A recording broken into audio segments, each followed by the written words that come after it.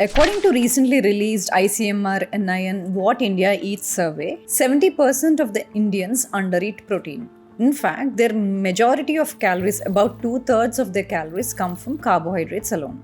This context is very important for Indians, especially because we have relatively normal BMIs, but still people carry abdominal fat, low muscle mass, high insulin resistance, and are at higher risk for diabetes. If people care about longevity, aging well, and reducing the burden of diseases, they should ask right questions about protein. Do you know how much protein to consume on a daily basis depending on the disease burden, aging, and physical activity? If so, what are the best protein sources?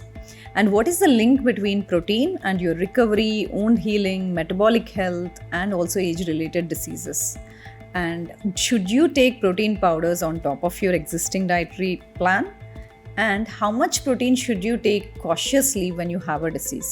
Beyond muscle, what is the impact of protein on other systems of the body, like immune system, recovery, resilience, and also neurodegenerative causes? So these are the kind of questions I'm going to answer in today's video. The safe protein requirement for an average healthy adult is 1 gram of kg body weight per day. According to ICMR nutritional recommendations, the recommended daily allowance is 0.83 gram per kg body weight per day. That means for a 65-year-old adult, the requirement is 54 grams per day. But most of the Indian population is not even reaching this requirement. What are the consequences of low protein intake? Number one is the muscle decline will be faster. As it is after the age of 30, muscle declines happens naturally. With the lower than average intake of protein, this muscle decline average more faster, and people who are not strength training could end up with sarcopenia, which is also called muscle loss. And this muscle loss, sarcopenia, will increase the chances of visceral obesity, increased metabolic dysfunction, cardiovascular diseases, and also neurodegenerative diseases. Apart from that, the immune resilience also comes down. That means your fighting ability towards any bacterial or viral infections declines, and also your wound healing will be delayed. Why did Indians end up eating less than average protein requirement per day? Number one, most of the Indians get their protein sources from dals, lentils, which are pulses,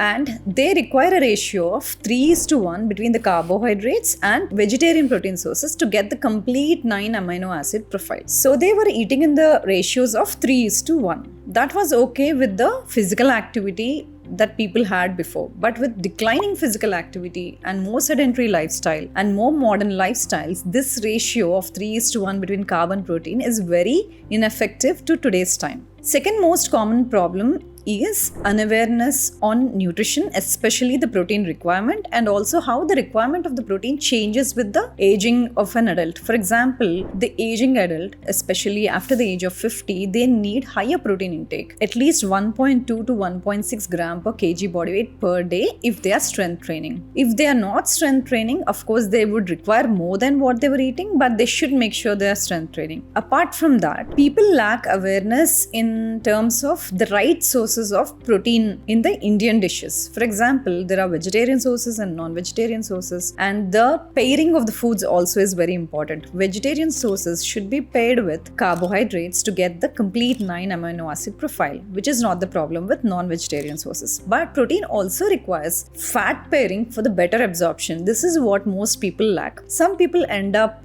depending on supplements and powders, protein powders, to get their requirement of the day. But what they miss would be the fiber intake, the hydration, and also pairing of fat with the protein sources. This is also one of the major problems with the protein intake. Protein is supplying all the important amino acids that are required for recovery, immune system, hormones, and also our enzymes. When the amino acids are very abundant, especially when the lucid is abundant in the protein that we are eating, we activate something called mTOR1.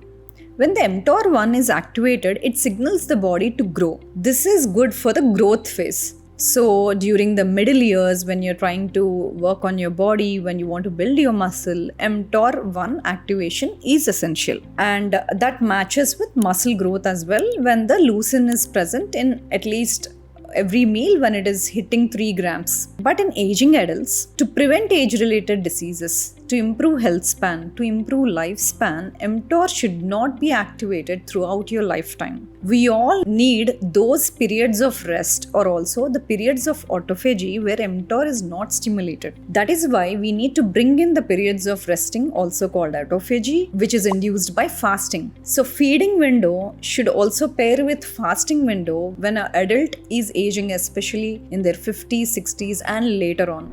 How much protein do you require per meal in a day? Muscle protein synthesis, that is, for us to stimulate the growth in the muscle or even to repair or build our immune system or make our hormones, every meal should have at least 0.24 to 0.4 gram of protein per kg per day. Anything excess that we are consuming will often get oxidized or will be stored as fat. So the protein could be distributed across different meals in a day, like a person might require only 3 meals to get the required protein of the day, or some people who are working on building may require additional 2 or 3 meals to get the total protein intake per the day. What is the daily requirement based on the activity levels, intensity of training and also based on age? According to International Society of Sports Nutrition, aging adult would require anywhere from 1.2 to 1.6 gram per kg body weight per day. But if a person is regularly strength training, then the need may go as high as 2 gram per kg body weight per day, beyond which any excess consumption of protein is in fact oxidized or stored as fat. For people who are already overweight, the estimation should never be made on the current body weight because it is overestimated often. So the protein requirement for obese individuals should depend on their target weight or their existing lean body mass. So that is the right way of calculating it. Often when people are trying to preserve their lean mass, or in people who have sarcopenia or anabolic resistance, their requirement of protein is higher, almost 1.6 to 2 gram per kg body weight per day. Some people might end up consuming more than 40 grams of protein per meal. I've recently seen an individual taking 60 grams of protein in a single meal, which is inappropriate.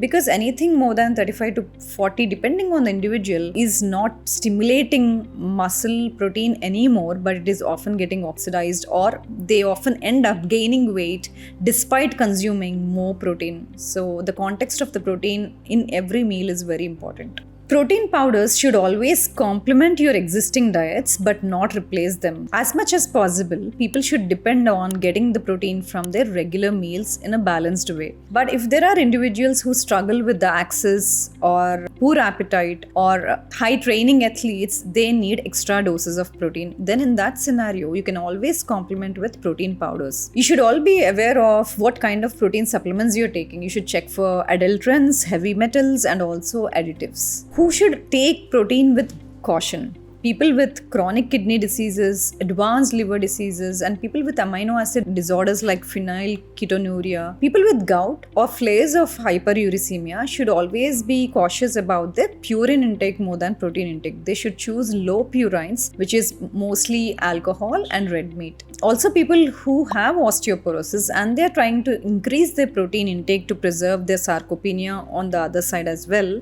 they should be cautious because any protein intake more than 2 gram per kg body weight in people with osteoporosis might actually end up having more fractures. In India, women often end up under-eating protein, thinking, or mostly they have this misconception that they would end up bulking. But women require more protein intake because of their menstrual cycles, also the postpartum requirements of hormone building, and also menopause. All of these different stages in women's life demand higher protein intake because they need it to build their hormones, especially thyroid and sex hormones, and they also require to build the immune system. And especially since women go through menopause where they lack estrogen, which supports their muscle and bone, there's an extra layer of protection they need. Especially with strength training, their protein intake should go as high as 1.2 gram per kg body weight per day. And where should this protein intake come from? There should always be a balance of sources of protein. People assume taking animal sources of protein would give them the 9 complete essential amino acids. But mixing the different forms of plant protein sources also would give them the 9 essential amino acids. But the only problem is the plant protein sources sources, you should consume them in larger amounts. So that is the only worry for people. So they end up eating or choosing more non-vegetarian sources.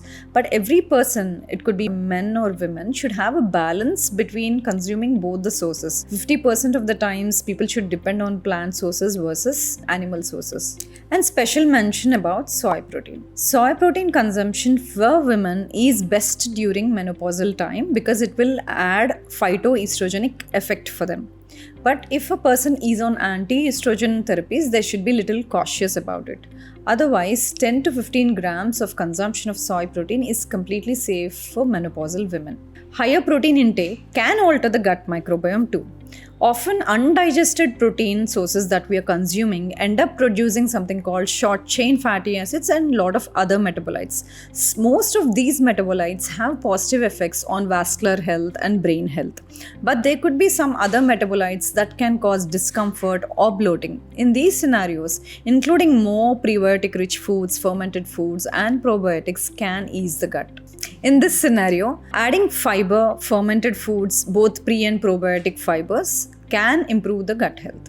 When a person is already consuming less than RDA amount of protein intake per day and they started to increase protein into their daily diet, they'll see progress in terms of less frequency of infections, better wound healing, better energy, better strength, and better performing ability in the gym.